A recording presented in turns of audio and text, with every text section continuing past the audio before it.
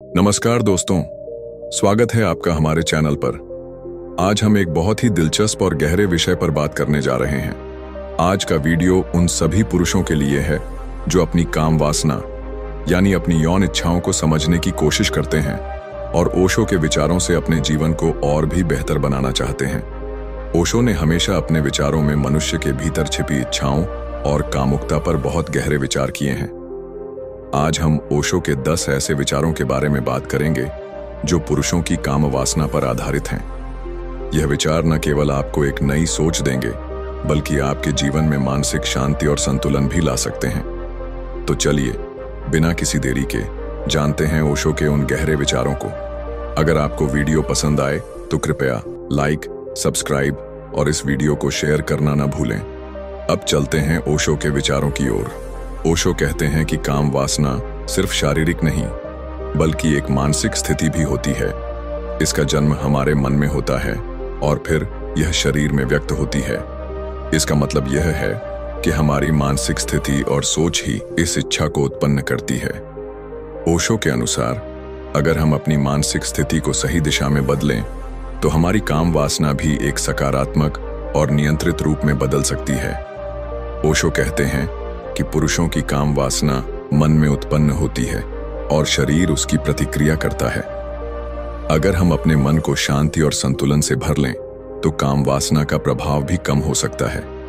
हमें अपनी मानसिकता को नियंत्रित करने की जरूरत है, न कि केवल शारीरिक रूप से खुद को रोकने की।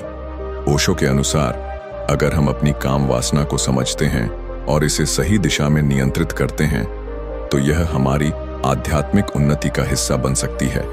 वह कहते हैं कि यदि हम इस प्राकृतिक इच्छा का सम्मान करते हुए उसे सही तरीके से जीते हैं, तो हम मानसिक और आध्यात्मिक उन्नति की ओर बढ़ सकते हैं।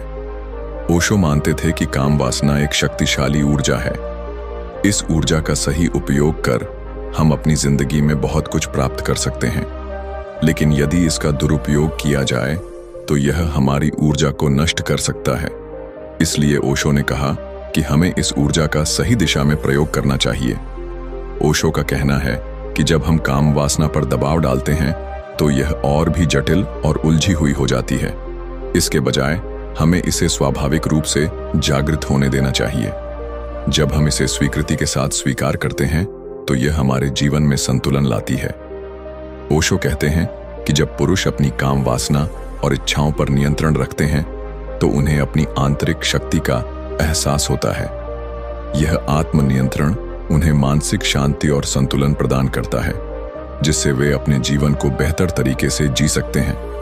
ओशो के अनुसार अगर हम अपनी काम वासना को प्रेम में बदल सकते हैं, तो यह एक दिव्य अनुभव बन सकता है।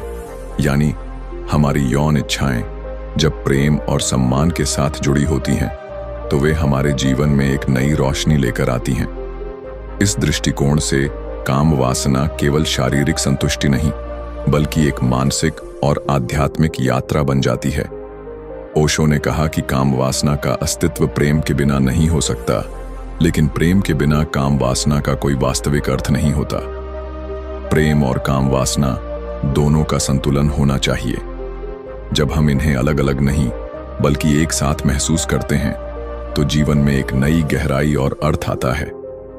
ओशो का मानना था कि काम वासना का दमन करने से यह और भी अधिक शक्तिशाली हो जाती है।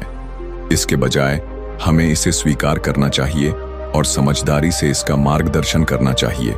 इसका मतलब यह नहीं है कि हमें अपनी इच्छाओं को नकारना चाहिए, बल्कि हमें उन्हें सही दिशा में चलने देना चाहिए। ओशो कहते हैं कि काम वासना केवल शारीरिक इच्छाओं से संबंधित नहीं होती, बल्कि यह आत्मा की भी एक अभिव्यक्ति है। जब शरीर और आत्मा में संतुलन होता है, तो हमारी काम वासना एक स्वस्थ और संतुलित रूप में व्यक्त होती है। यह जीवन को पूर्ण रूप से जीने का तरीका है।